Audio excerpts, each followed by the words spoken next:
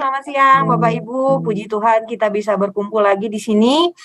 Kita bersatu dalam persekutuan Raja Wali Group, Persekutuan Doa Raja Wali Group atau kita sebut PDRG. Berbahagia hari ini kita akan dilayani oleh Bapak Pendeta Darwin Liang dan untuk WL dan pemusik oleh Om Martin. Silakan Martin. Haleluya. Baik Bapak Ibu, kita mau datang memuji menyembah Tuhan. Kita angkat pujian kasih setiamu yang kurasakan. Kasih setiamu yang kurasakan. Lebih dari langit biru. Kebaikanmu yang telah kau nyatakan lebih dalam dari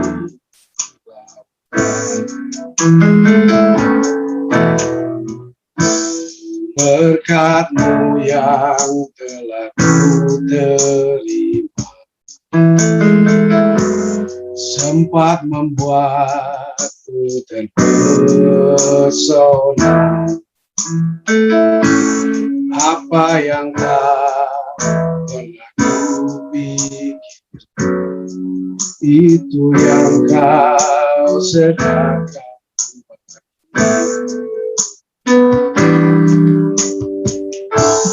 Siapakah aku ini, Tuhan? Jadi biji matamu, dengan apakah ku balas Tuhan selain puji dan sembah. Kasih setiamu, kasih setiamu yang kurasakan lebih tinggi dari langit. Kebaikanmu yang tak kau nyatakan lebih dalam dari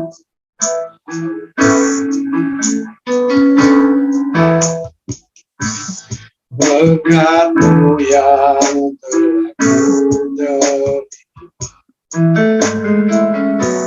sempat membuatku terpesona. Apa yang tak pernah kupikir, itu yang kau sediakan.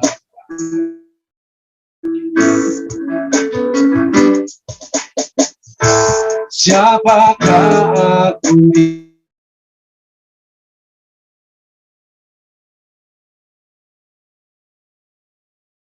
matamu, dengan apakah ku balas selain tidak sembah.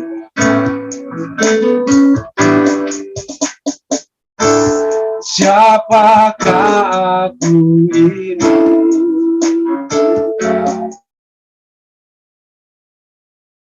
jadi biji matamu, dengan apakah ku balas Tuhan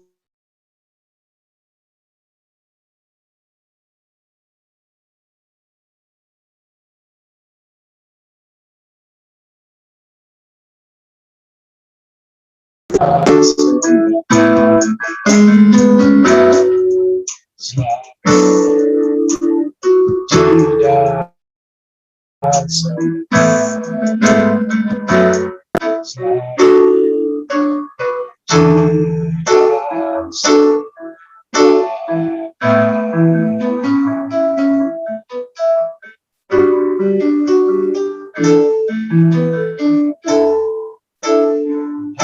Ajar kami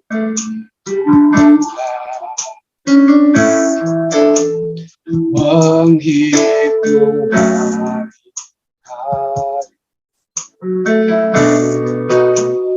agar kami beroleh hati bijaksana.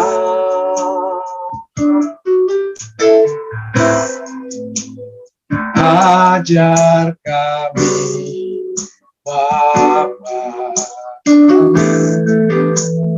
hidup dalam jalan agar semua rencanamu digenapi.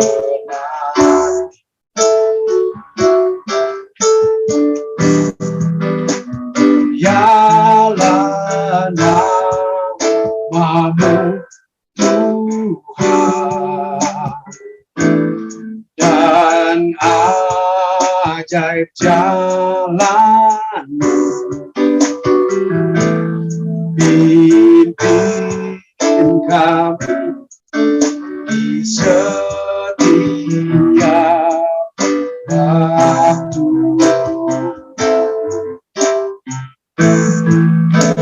Besar setiamu Tuhan,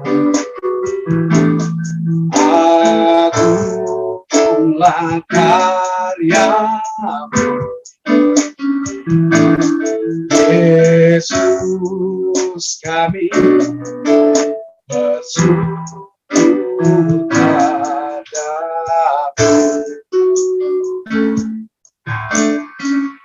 Ajar kami Tuhan, ajar kami Tuhan menghitung hari agar kami beroleh hati bijaksana.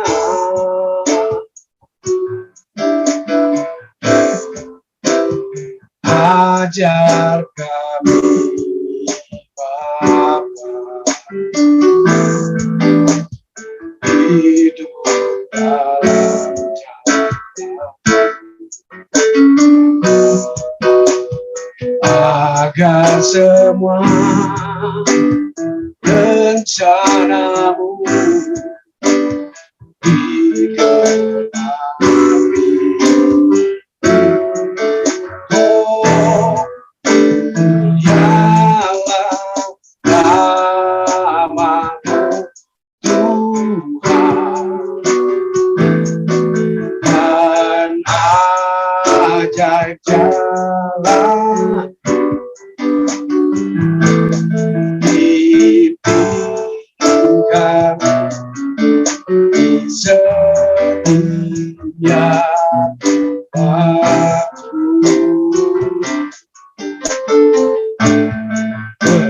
Besar setiamu Tuhan, agunglah karya-Mu. Yesus kami bersyukur padamu. Yesus kami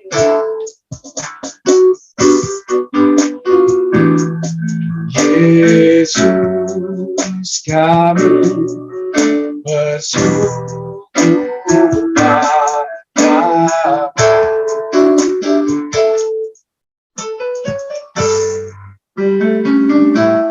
Yesus kami bersyukur padamu.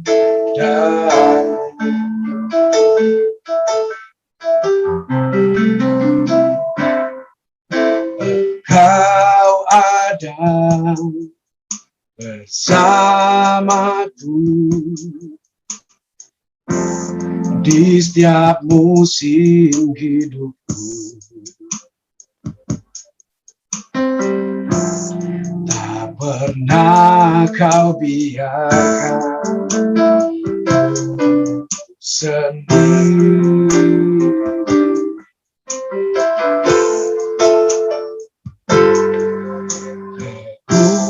Kekuatan di jiwaku adalah bersama.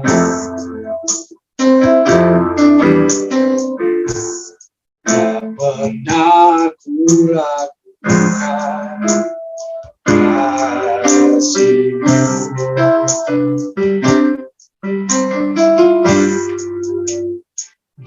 Bersamamu Bapa,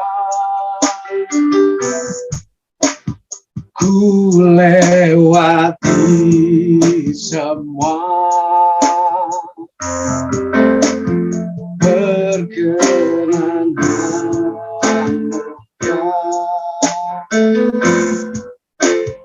teguhkan hatiku.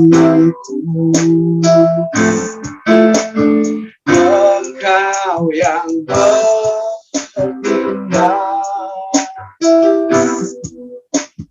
memberi pertolongan,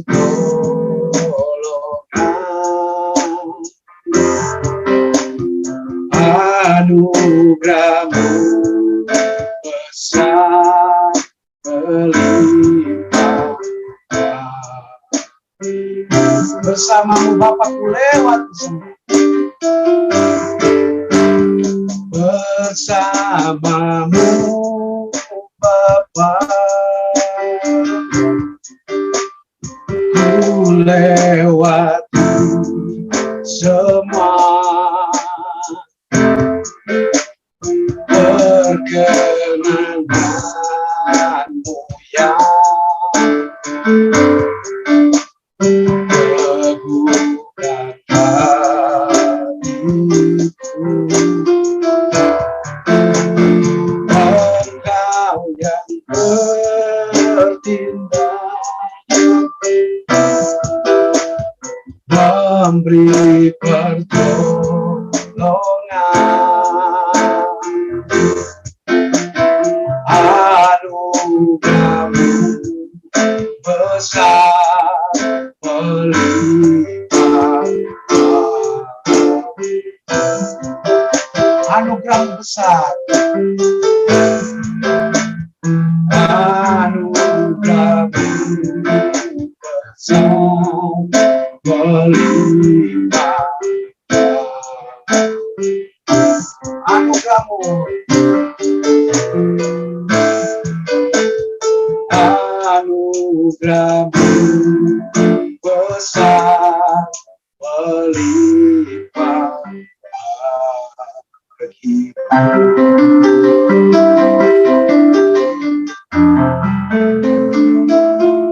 Serahkan kepada Bapak Pendeta.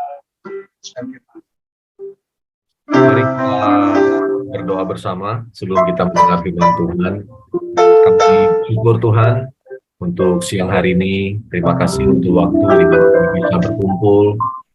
Walaupun secara online Tuhan, kami percaya kuasa-Mu tidak terbatas. Engkau berbicara kepada setiap kami melalui kebenaran-Mu, sehingga hidup kami semakin hari semakin diubahkan, semakin serupa dengan Engkau.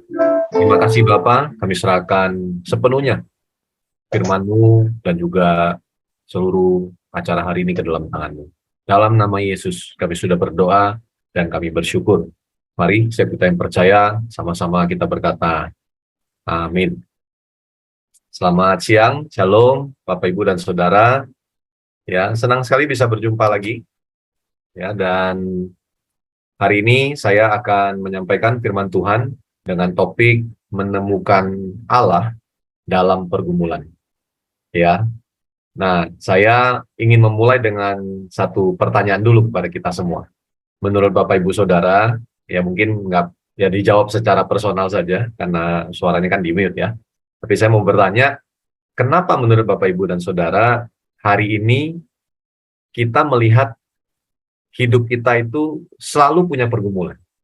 Atau singkatnya gampangnya gini, kenapa pergumulan itu ada dalam hidup kita? Pernah nggak Bapak Ibu bertanya di dalam hati atau dalam perenungan atau bahkan juga di dalam masa-masa yang sulit, ya melewati masa-masa yang sulit khususnya mungkin hampir 2,5 tahun belakangan ini pandemi gitu ya, tidak mudah. Ada juga mungkin yang bahkan kehilangan anggota keluarga, saudara, ya rekan-rekan kerja, bahkan juga saudara seiman. Ada banyak pergumulan dalam hidup kita. Tapi pernah nggak kita bertanya di dalam hati kita, kenapa ya kok bisa ada pergumulan di dunia ini? Nah, tentu kita bisa punya banyak pandangan masing-masing kita. Saya pernah, maksudnya dalam mengembalakan jemaat selama kurang lebih 9 tahun belakangan ini, menemukan orang-orang yang bisa saja datang dengan pertanyaan, Pak, kenapa ya saya sudah mengikut Kristus, tapi saya masih diizinkan ngalamin pergumulan ini, misalnya gitu ya. Tapi ada juga orang-orang yang melihat bahwa orang-orang tertentu itu punya pergumulan sebenarnya gara-gara ulahnya mereka sendiri, ya. Misalnya, contohnya, kalau ada orang yang mengalami sakit tertentu di tubuhnya, ya, belum tentu sakit penyakit itu faktor keturunan dan lain-lain, tapi bisa jadi memang sakit penyakit ada dalam tubuhnya gara-gara ulahnya sendiri. Betul ya Bapak Ibu ya? Saya kehilangan salah satu anggota di dalam komunitas sel yang saya pimpin langsung sekitar 3 tahun yang lalu, dan usianya masih sangat muda, usia 30 tahun, dan kami sebagai anggota Komsel sudah berusaha sedemikian rupa untuk mengingatkan orang ini bahwa jaga makan, jangan sembarangan, karena berat badannya saja 123 kilo Bapak Ibu. Jadi nggak kecil lah, besar gitu ya, dan tidak terlalu tinggi masalahnya gitu, jadi benar-benar gemuk sekali gitu. Setiap kali kami pergi makan bersama, kami selalu ingetin. Karena dia pasti kalau makan, nasi pasti 2, gitu ya. Lauknya banyak, kemudian minum pasti banyak, gitu. Dan sering banget ngemil, terus nggak ada olahraga, dan lain-lain. Ya, 3 tahun lalu kami kehilangan orang ini karena stroke. Jadi pecah pembuluh darah batang otaknya, dan langsung meninggal, gitu. Sulit untuk kita berkata ketika hal itu terjadi. Tapi ada satu sisi orang lain juga bisa memandang kondisi itu sebagai itu karena ulahnya sendiri, ya kira-kira gitu ya. Karena sudah diingatkan tapi kurang menjaga kesehatan misalnya. Gitu. Ada juga orang yang punya pergumulan dalam hal ekonomi misalnya ya gitu ya. Tapi orang ini bergumul secara ekonomi gara-gara orangnya ya nggak bisa mengatur diri sendiri gitu ya. Ulahnya sendiri juga melihat rekan kerjanya, tetangganya punya mobil yang lebih bagus, punya tas yang lebih bagus. Terus merasa, waduh, saya harus punya juga nih. Gitu. Padahal dia menilai tetangganya ini sombong, suka nyombong, suka ini dan itu. Tapi dia akhirnya karena melihat kondisi itu, dia juga pengen gitu ya. Dan akhirnya inilah orang-orang yang disebut dengan orang-orang yang karena ulahnya sendiri, dia membeli barang yang sebenarnya tidak dia butuhkan, gitu ya, dengan uang yang belum dia punya, alias gesek kartu kredit misalnya gitu ya, atau pinjaman online. Untuk menyenangkan orang yang sebenarnya atau untuk menarik perhatian yang kepada orang yang sebenarnya dia tidak suka gitu. Ya itu terjadi ya, kita bisa melihat. Dan makanya ada orang bisa bilang, ya kok pantas aja dia punya masalah ekonomi karena ulahnya dia sendiri gitu. Nah, Bapak Ibu Saudara, kalau kita mau melihat lebih jauh ke belakang, ya, kita tahu bahwa pergumulan itu dimulai sejak kapan Bapak Ibu? Sejak kita muncul di kandungan ibu kita. Setuju ya, Bapak Ibu Saudara ya? Sejak kita muncul di kandungan ibu kita, pergumulan dimulai.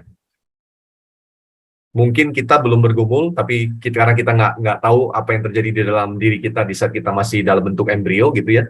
Tapi saya percaya pergumulan dimulai. Kita berjuang untuk hidup di dalam kandungan ibu kita pun berjuang untuk mempertahankan dan merawat kita di dalam kandungannya supaya kita bertumbuh sampai tiba waktunya dilahirkan. Nggak mudah ya, jadi ibu yang sedang mengandung, para ibu-ibu yang sudah mempunyai anak begitu luar biasa. Makanya adanya film Malin Kundang ya, karena durhaka sama ibu. Saya belum menemukan film yang atau sejarah yang durhaka sama bapak gitu ya, karena durhaka sama ibu itu benar-benar keterlaluan. Karena perjuangan pergumulan seorang ibu untuk mengandung seorang anak sampai melahirkan apalagi kemudian membesarkan dan benar-benar merawatnya dengan sedemikian rupa, mendidik itu tidak mudah, perjalanan yang panjang. Pergumulan sudah dimulai sejak kita dalam kandungan. Kalau kita tarik lebih jauh lagi, pergumulan sudah ada sejak apa Bapak Ibu? Nah, inilah alasan utamanya kenapa ada pergumulan. Kalau kita tarik lebih jauh, kita lihat kitab Kejadian. Di situ tercatat dengan jelas bahwa ketika Adam dan Hawa diciptakan dan waktu mereka belum jatuh dalam dosa, hidupnya begitu indah. Karena mereka dikatakan berjalan bersama dengan Allah Bapa di surga. Di Taman Eden itu mereka hidup bersama dengan Allah bahkan. Tapi pergumulan dimulai sejak manusia jatuh dalam dosa. Waktu itu Allah berkata kepada pertama-tama ya Hawa gitu ya, sebelumnya ular, bahwa Hawa akan susah dalam mengandung. Disitulah pergumulan dimulai. Dan dia berkata kepada Adam bahwa tanah menjadi terkutuk karena dosa Adam, dan karena tanah dikutuk maka Adam akan mengalami kesusahan, susah payah untuk dia bisa mengusahakan tanah supaya menghasilkan. Jadi kita bisa melihat bersama Bapak Ibu bahwa kesimpulannya adalah pergumulan ada karena memang faktor dosa. Nah, hari ini saya mau ajak kita membaca bersama ya, di dalam Ibrani, pasal yang ke-12, ayat 1 sampai dengan ayat yang ke-4 dulu.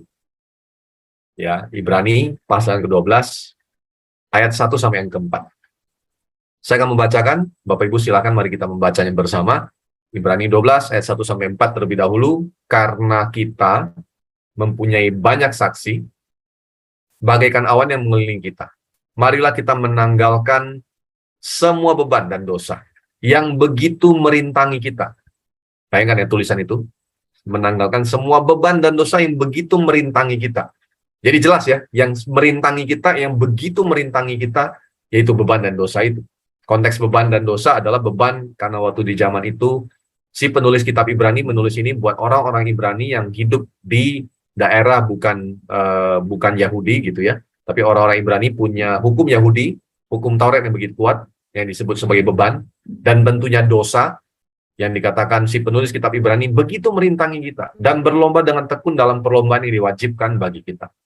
Marilah kita melakukannya dengan mata yang tertuju kepada Yesus, yang memimpin kita dalam iman, dan yang membawa iman kita itu kepada kesempurnaan.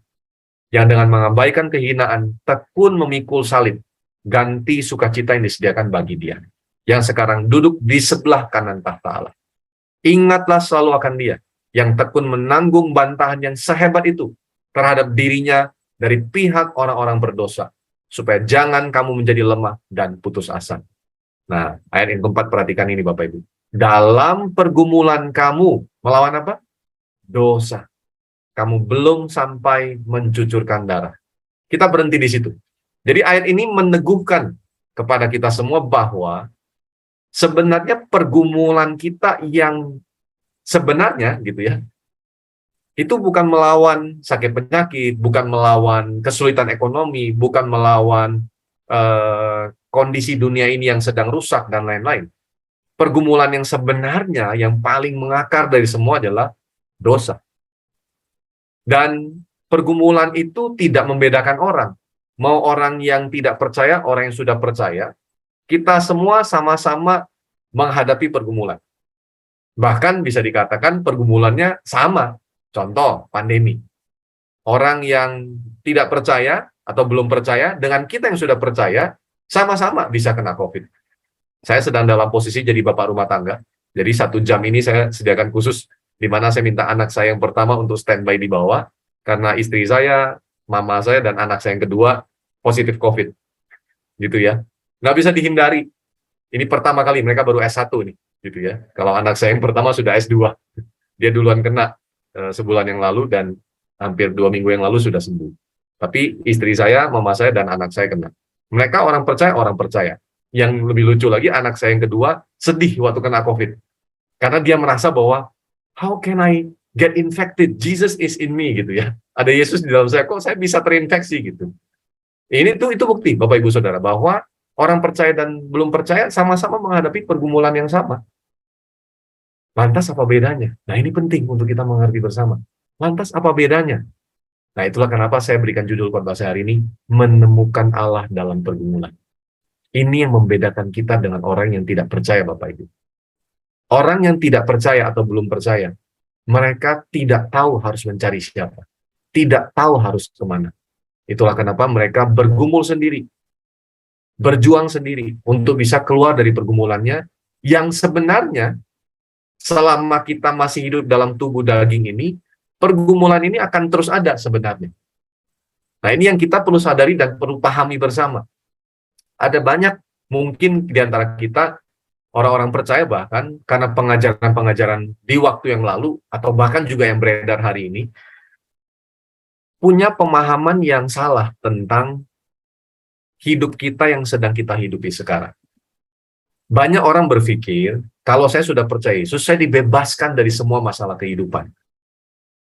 Padahal sebenarnya, hidup kita ini adalah hidup yang berada di dalam sebuah perjalanan disempurnakan. Itulah kenapa kalau Bapak Ibu belajar tentang doktrin kekristenan, kita mengerti tentang ada 3 istilah dalam proses kita mengalami keselamatan dari Tuhan. Yang pertama itu disebut dengan justification. Kita dibenarkan oleh Tuhan. Karena Yesus mati di kayu salib, apa yang terjadi? Kita ditukar. Kita mengalami exchange, pertukaran. Dosa kita dimasukkan, kalau bahasa doktrinnya diimputasikan dalam diri Yesus. Sebaliknya, kebenaran Yesus diimputasikan di dalam diri kita. Nah, itulah yang membuat kita dibenarkan. Jadi bukan karena usaha kita, tapi karena kasih karunia. Dalam proses justification, pembenaran itu, yang terjadi dalam hidup kita adalah kita dibebaskan dari apa, Bapak Ibu? Hukuman dosa. Artinya, kita tidak lagi menerima hukuman, karena Yesus sudah tanggung hukumannya. Tapi langkah itu belum selesai. Nah, banyak orang berhenti di situ dan berpikir, udah, saya beres, semua masalah hidup saya akan berlalu begitu saja. Padahal ada sebuah perjalanan berikutnya. Itulah kenapa sebagai orang percaya kita masih punya pergumulan. Kenapa? Karena kita memang masih melawan dosa. Seperti yang ditulis dalam ayat yang keempat ini kan. Penulis kitab Ibrani bukan menunjukkan surat ini buat orang nggak percaya loh, bukan. Tapi dia menunjukkan surat ini buat orang-orang Ibrani yang hidup di luar dari Yerusalem, karena mereka sudah percaya kepada Yesus. Dan dia bilang ini, dalam pergumulan kamu melawan dosa. Apa yang terjadi setelah justification? Istilah yang kedua disebut dengan sanctification, pengudusan. Yesus bilang begini, akulah pokok anggur yang benar dan kamu adalah carang-carangnya. Ya kan? Ranting-ranting yang berbuah dibersihkannya. Dan Yesus bilang apa? Kamu sudah bersih karena firman yang kuucapkan kepadamu. Kenapa disebut dengan pengudusan atau sanctification? Karena inilah perjalanan kita untuk terus-menerus dibaharui dari hari ke hari supaya hidup kita dibersihkan. Nah, itulah kenapa disebut dengan sanctification, pengudusan kita. Apa yang terjadi dalam proses pengudusan ini? Yang terjadi adalah Bapak, Ibu, dan saya, kita semua dibebaskan dalam proses sanctification. Dibebaskan dari apa? Kuasa dosa. Bapak, Ibu, kuasa dosa itu ada di mana? Di tubuh kita. Paulus bilang begini, aku manusia celaka. Siapakah yang dapat membebaskan aku dari tubuh maut ini? Nah, karena kita masih hidup dalam daging ini menghasilkan tuh keinginan-keinginan manusia. Nah, keinginan-keinginan itulah yang akhirnya menjadi buah-buah dosa yang kelihatan hari ini dalam hidup kita. Itulah kenapa penulis kitab Ibrani bilang, dalam pergumulan kamu melawan dosa. Kita harusnya terus-menerus dibaharui sehingga kuasa dosa tidak lagi berkuasa atas tubuh kita, atas diri kita. Itulah kenapa kita perlu terus-menerus dikuduskan dengan apa? Firman Tuhan. Ketika kita bersekutu bersama hari ini adalah bagian di mana kita sedang belajar firman, sehingga kita dikuduskan dari hari ke hari. Pikiran kita, kehendak kita, perasaan kita, dikuduskan. Nah, jadi Bapak, Ibu, Saudara, kalau kita lihat ayat ini, kita tahu bahwa inilah proses kenapa orang percaya masih tetap mengalami pergumulan. Ya karena memang masih hidup dalam tubuh maut, masih ada kuasa dosa. Baru yang terakhir kan, kapan kita benar-benar bebas total? Ketika terjadi proses yang disebut dengan glorification. kita dimuliakan bersama dengan Tuhan. Waktu itu Yesus datang kedua kali, kita akan diangkat bersama dengan Dia, dan kita akan hidup di dalam roh, di mana tidak ada lagi sakit penyakit, tidak ada lagi derita. Yang ada hanya sukacita bersama dengan Tuhan. Nah, makanya selama kita hidup di dunia, kita tidak bisa menghindari adanya pergumulan, karena dosa tadi. Nah, apa yang membedakan tadi saya bilang?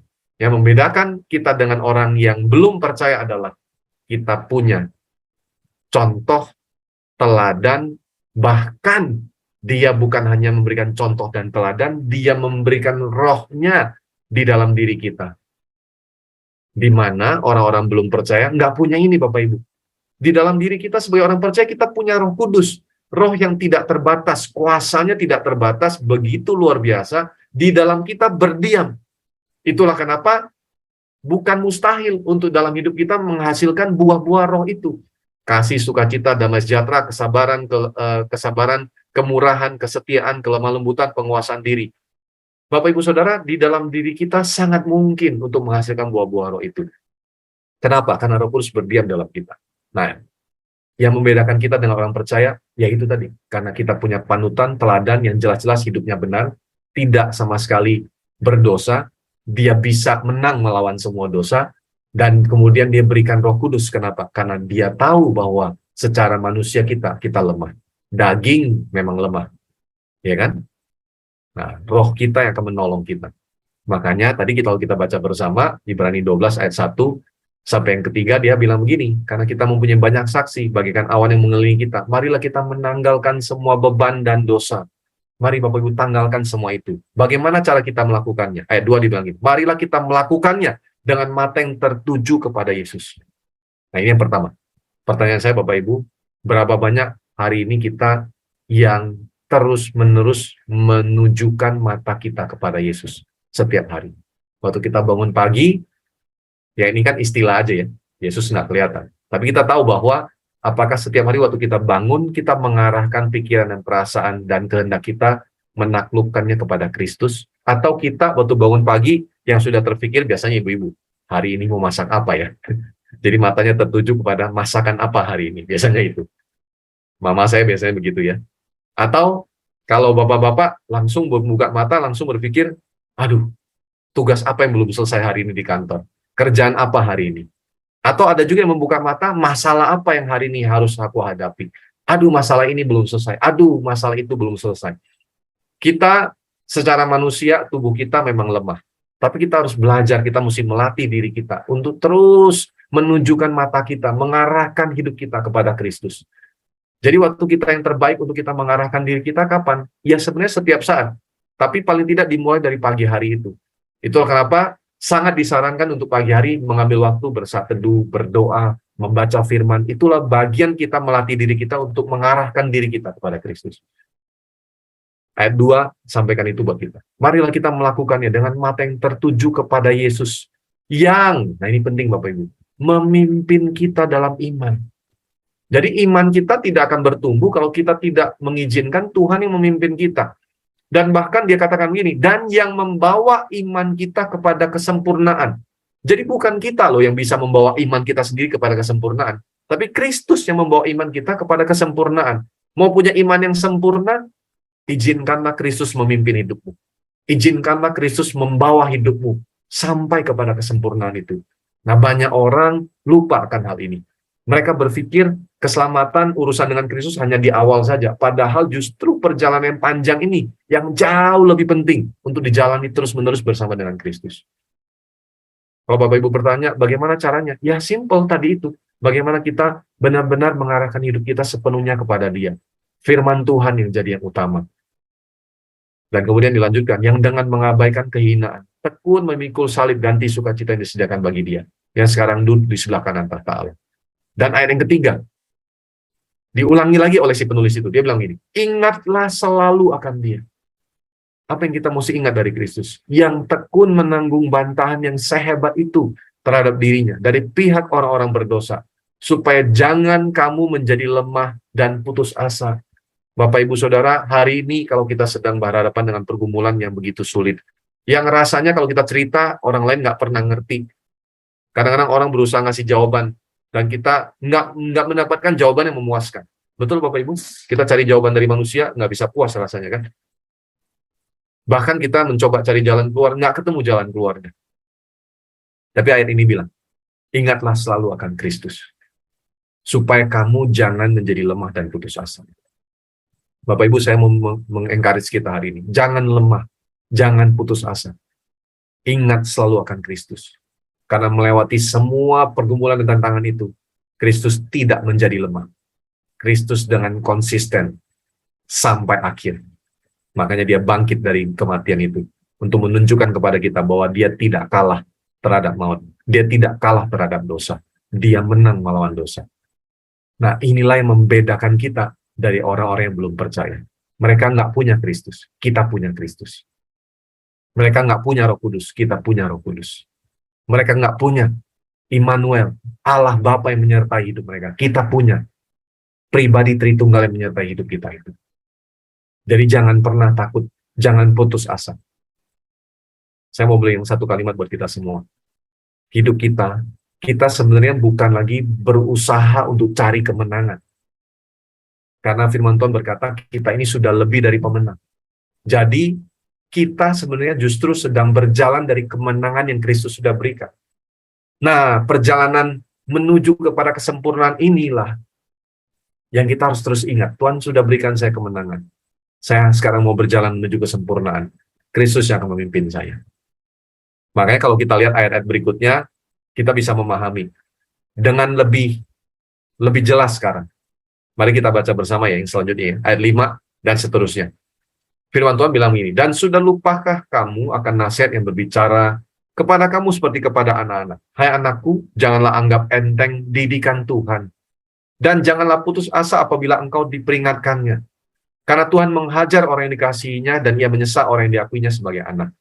Jika kamu harus menanggung ganjaran, Allah memperlakukan kamu seperti anak. Di manakah terdapat anak yang tidak dihajar oleh ayahnya? Tapi jikalau kamu bebas dari ganjaran yang harus diderita setiap orang, maka kamu bukanlah anak. Tapi anak-anak gampang. Selanjutnya, dari ayat kita yang sebenarnya kita beroleh ganjaran dan mereka kita hormati. Kalau demikian, bukankah kita harus lebih taat kepada Bapa segala roh supaya kita boleh hidup? Sebab mereka, Bapa kita di dunia maksudnya, mendidik kita dalam waktu yang pendek sesuai dengan apa yang mereka anggap baik. Tapi dia Tuhan menghajar kita untuk kebaikan kita. Supaya kita beroleh bagian dalam kekudusannya. Makanya disebut dengan sanctification. Memang, tiap-tiap ganjaran pada waktu ia diberikan tidak mendatangkan sukacita, tapi duka cita. Gak enak kalau ngalamin pergumulan, Tuhan izinkan itu terjadi dalam hidup kita, gak enak. Tapi kemudian ia menghasilkan buah kebenaran yang memberikan damai kepada mereka yang dilatih olehnya. Sebab itu, kuatkanlah tangan yang lemah dan lutut yang goyah. Dan luruskanlah jalan bagi kakimu, sehingga yang pincang jangan terpelecok, tetapi menjadi sembuh. Berusahalah hidup damai dengan semua orang dan kejarlah kekudusan. Sebab tanpa kekudusan tidak seorang pun akan melihat Tuhan. Jagalah supaya jangan ada seorang pun menjauhkan diri dari kasih karunia Allah, agar jangan tumbuh akar yang pahit yang menimbulkan kerusuhan dan yang mencemarkan banyak orang.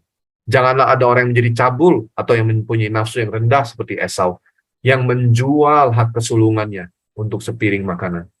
Sebab kamu tahu bahwa kemudian ketika ia hendak menerima berkat itu, ia ditolak.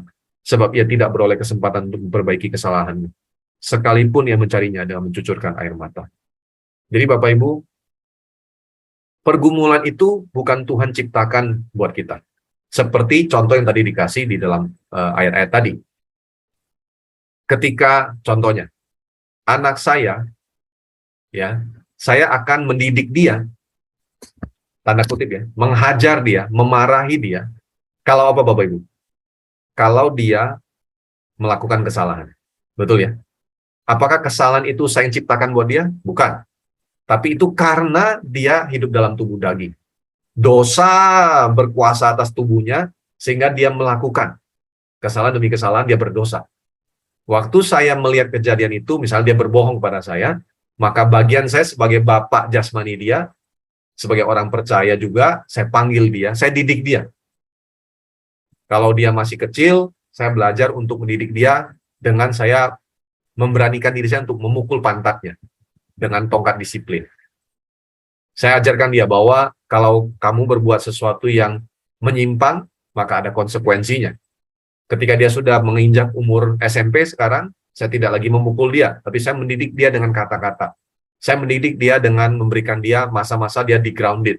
Artinya dia tidak boleh pegang gadget apapun. Dia hanya bisa duduk di situ, merenungkan hidupnya, apa yang dia harus berbuat, apa yang harus dia perbaiki. Kemudian kami duduk bersama, bersepakat, bikin kesepakatan bagaimana ke depannya. Saudara, itu didikan diberikan ketika memang dia sendiri yang melakukan kesalahan atau dia berdosa. Tuhan mengizinkan di dunia ini ada pergumulan, dia bisa saja mengambil semua itu dengan gampang, tapi dia izinkan itu ada, karena dosa tadi, bukan karena Tuhan yang buat. Tapi di dalam kita melewati semua pergumulan itu, kita harus ingat sesuatu yang penting, bahwa Tuhan mau selalu mendidik kita. Makanya, kalau hari ini kita ngalamin pergumulan, pernahkah kita merenung apa yang Tuhan sedang mau didik untuk diri kita? Saya baru 4 hari ini jadi bapak rumah tangga, Bapak Ibu. Saya harus ngurus jemaat, tapi di sisi lain saya ngurus semua.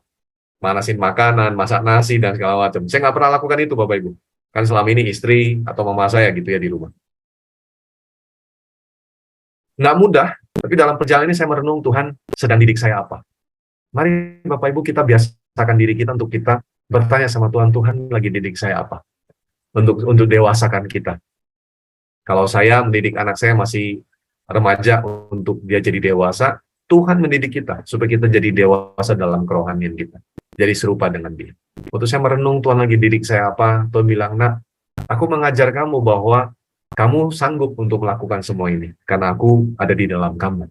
Dan Tuhan ajar saya untuk saya nggak panik, ada dalam ketenangan, bisa mengurus semuanya. Tuhan melatih saya, sehingga saya mampu. Bapak Ibu, Tuhan tidak pernah mengizinkan pencobaan di luar kekuatan kita. Tuhan pasti memberikan kita jalan keluar. Tuhan pasti menolong kita senantiasa. Dan ternyata bisa dilewati. Bapak Ibu Saudara, hari ini temukanlah Allah di dalam semua pergumulan. Karena itu yang paling penting. Kalau kita bergumul, tapi justru kita menemukan hidup kita yang terus fokusnya sama masalah, waktu kita bergumul kita menemukan justru misalnya rasa kepahitan, kecewa kepada orang-orang yang tidak menolong kita, berarti itu tidak sesuai dengan kehendak Allah. Karena Allah justru ingin kita menemukan Dia dalam semua pergumulan kita. Pertanyaannya, dengan setiap pergumulan yang kau lewati hari ini, masihkah engkau menemukan Tuhan di dalam prosesnya? Atau justru engkau menemukan hal-hal yang lain yang bukan Tuhan? Kalau saudara belum menemukan Tuhan dalam setiap pergumulanmu, kembalilah kepada firman, kembalilah kepada kebenaran. Karena di dalam semua pergumulanmu, Tuhan ada. Tuhan tidak pernah meninggalkanmu. Dan bahkan Dia menaruh rohnya, yang akan menolong engkau untuk engkau bisa melewati semua proses itu, sehingga hidupmu disempurnakan. Jadi Bapak Ibu, saya hari ini berdoa, kalaupun kita sedang bergumul, atau mungkin keluarga kita, orang-orang di sekitar kita, mari kita terus bertumbuh. Mari kita terus memandang kepada Kristus. Ingat selalu akan Dia. Karena Dia yang akan memimpin kita dalam iman. Dia yang membawa iman kita kepada kesempurnaan. Dan bahkan Dia mendidik kita. Supaya nanti dari dalam hidup kita akan lahir buah-buah kebenaran. Yang akan mendatangkan sukacita, damai sejahtera. Buat kita semua yang dilatih olehnya. Amin Bapak Ibu. Saya mau ajak kita berdoa. Supaya kita semua mengambil waktu sebentar untuk kita meresapi, merenungkan kebenaran yang sudah kita terima. Kami bersyukur Tuhan untuk hari ini. Terima kasih untuk kebenaran-Mu. Tuhan, Kau menolong kami. Di dalam semua pergumulan yang sedang kami lewati, kami tidak putus asa. Supaya setiap lutut yang goyah akan dikuatkan kembali. Kami percaya Tuhan hari ini, Engkau bersama dengan kami. Engkau tidak pernah meninggalkan kami. Bahkan Engkau memimpin hidup kami kepada kesempurnaan. Tuhan, kami mau kuat. Kami mau jadi orang-orang Kristen yang percaya dan begitu berapi-api dalam hidup kami. Sehingga apapun yang kami lewati, kami tidak takut. Karena kami tahu Tuhan sedang melatih kami. Supaya dari dalam hidup kami akan dilahirkan buah-buah kebenaran yang luar biasa. Yang akan memberkati banyak orang di sekitar kami. Supaya kami jadi saksi yang hidup. Bahwa di dalam kami berdiam Roh Kudus yang luar biasa. ada Tuhan yang memimpin kami. Terima kasih Bapa, kami serahkan hidup kami ke dalam tangan-Mu. Berdoa Tuhan, supaya setiap orang yang hari ini mendengar kebenaran ini, boleh menerima dan menghidupinya setiap hari. Dalam nama Yesus, kami berdoa dan kami bersyukur. Amin. Amin. Puji nama Tuhan, Pak Pendeta Darwin Liang. Sangat kami diingatkan kembali untuk kami selalu setia kepada Tuhan Yesus, bahwa pergumulan itu adalah bagian kehidupan bagi orang percaya, dan sekolah dan pendidikan bagi kita untuk kita bisa lulus dengan sempurna menuju kesempurnaan yang Tuhan Yesus ingin kita lakukan. Terima kasih Pak Pendeta. Mbak Angel, ada yang mau disampaikan Mbak Angel? Ya, terima kasih Pak Pendeta. Sebelum pengumuman, saya mau menyapa saudara saya dulu. Hai Paul, terima kasih udah hadir. Teman-teman, Paul ini yang selalu kita doakan, istrinya di belakang saya. Kita tetap doakan, tetap semangat Paul. Pokoknya kita terus membawa Paul dalam doa ya. Ya, saya minta waktunya sebentar ya, Bapak-bapak, Ibu-ibu. Om Martin, silakan. Kita akan dengar pujian dari Sheila untuk menutup. Nggak bisa.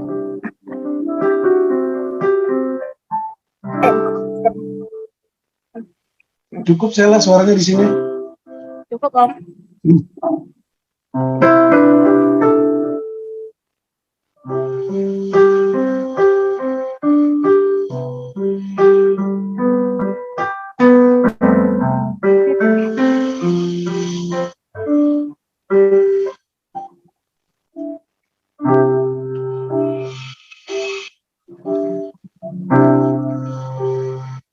Kiranya Engkau memberkati aku berlimpah-limpah dan memperluas daerahku, dan kiranya tangan-Mu menyertai dan melindungi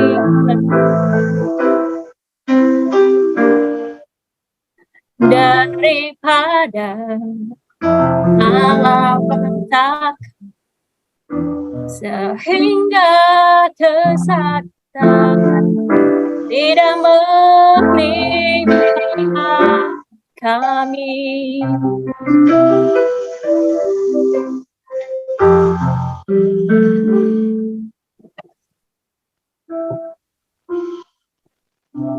Saya serahkan kepada Pak Pendeta. Mari kita bersepakat di dalam doa. Tuhan, kami percaya Engkau Tuhan yang begitu setia dalam hidup kami. Kau tidak pernah meninggalkan kami, dan Kau tahu yang terbaik bagi kehidupan kami. Tuhan, hari ini kami bersepakat berdoa untuk Paul. Kami percaya kuat kuasa-Mu ada dalam kehidupannya. Tuhan, kalau Engkau mengizinkan ini terjadi, Kau tahu bahwa Engkau rindu kepada Paul secara pribadi. Pak Paul, Tuhan ingatkan untuk Pak Paul bersekutu, bergaul dengan Tuhan seperti Henok. Karena yang lebih penting dari semua ini bukan hanya kesembuhan, tapi bagaimana Pak Paul mengenal Bapa-Mu yang sempurna yang di surga. Dan juga buat Sheila, Tuhan ingatkan supaya Sheila bukan hanya menjadi istri yang kuat, tapi menjadi seorang istri yang bersama-sama dengan suami untuk bergumul dan bergaul dengan Tuhan senantiasa. Bangun mesbah doa, bangun kesehatian di dalam firman Tuhan. kalian pasti akan melihat mujizat dari Tuhan terjadi. Tuhan, kami berdoa, kami memerintahkan dengan otoritas dari Allah. Bagi kami sebagai orang percaya, Engkau yang berkata Tuhan bahwa ketika kami berdoa bagi orang yang sakit, orang itu akan sembuh. Dengan kuasa Allah hari ini kami berdoa. Setiap saraf yang tidak kembali normal di dalam nama Tuhan Yesus. Sehingga pergerakan tubuhnya akan kembali normal lagi Tuhan. Di dalam nama Tuhan Yesus. Kami menolong Pak Paul Tuhan. Kuasa-Mu yang akan menyembuhkan dia. Biarlah itu terjadi saat ini juga. Di dalam nama Tuhan Yesus Kristus. Kami menyerahkan Tuhan setiap rekan-rekan kami yang sakit juga ke dalam tangan-Mu. Ibu Diana, kami berdoa supaya tidak ada lagi pertumbuhan tumor yang baru. Supaya semua sarafnya berfungsi sempurna. Ibu Erika Tuhan, supaya sel kanker di tubuhnya boleh dihancurkan, boleh sembuh total dalam nama Yesus. Juga buat ibunda dari Ibu Shirley, supaya disembuhkan dari semua penyakitnya. Dan untuk Angel Tuhan, adik dari Olivia, supaya sembuh dari thalassemia dan pembengkakan yang ada di limpahnya Tuhan. Kami berdoa buat setiap rekan-rekan kami yang mungkin sedang terpapar COVID juga, Tuhan biarlah mereka disembuhkan dalam nama Yesus. Kami bersyukur Tuhan untuk kesempatan kami bisa bersekutu. Kami berdoa buat semua kami Tuhan yang sedang bersama-sama di dalam persekutuan doa ini. Kami percaya Tuhan kami sedang membangun sebuah konsistensi untuk bersekutu. Karena kami rindu lewat persekutuan kami. Tuhan berbicara dan Tuhan menunjukkan kasih-Mu di dalam persekutuan kami ini. Kami bersyukur Tuhan dan hamba-Mu juga bersyukur melihat setiap saudara yang ada di tempat ini Tuhan saling mengasihi, saling memberikan dukungan, saling menguatkan. Terima kasih Tuhan untuk komunitas yang indah ini. Kami serahkan Tuhan seluruh hidup kami ke dalam tangan-Mu. Biarlah kuat kuasa-Mu yang akan selalu menolong kami dalam segala sesuatu. Mari Bapak Ibu Saudara, arahkan tangan-Mu kepada Tuhan. Biarlah kita semua menerima berkat penyertaan, kuat kuasa dari Bapa kita yang di sorga, teladan kita, Yesus Kristus. Bahkan Roh Kudus yang sudah diberikan dalam hidup kita akan menolong kita. Sehingga kita dimampukan untuk hidup dalam kebenaran. Terima kasih Tuhan, kami terima berkat-Mu di dalam satu nama. Di dalam nama Tuhan, Yesus Kristus. Mari setiap kita yang percaya, sama-sama kita berkata, amin. Bapa, terima kasih. Bapa, terima kasih. Bapa di dalam sorga, beri terima kasih.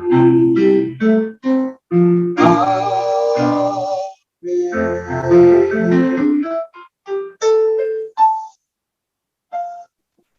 Ya, ibadah sudah selesai. Terima kasih. Kita selesai. Pak Pendeta, terima kasih Pak. Kami doakan juga keluarga Bapak supaya lulus jadi sarjana yang terbaik ya Pak. Tambah sehat. Amin. Terima kasih Bu Angel. PSS lagi ya Pak ya. Yes, siap. Terima kasih Angel. Semuanya. Kita foto dulu sebentar ya. Paul, kita foto juga yuk. Paul, madep sini Paul. Sini sayang. Oh, jadi opa ini dia. 1, 2, 3. Oke. Makasih semuanya. Makasih, Tuhan God bless. Terima berkati. kasih, Tuhan berkati semua. Berkati semuanya, Tuhan berkati. Mari. Dasar Paul, semangat. Maaf.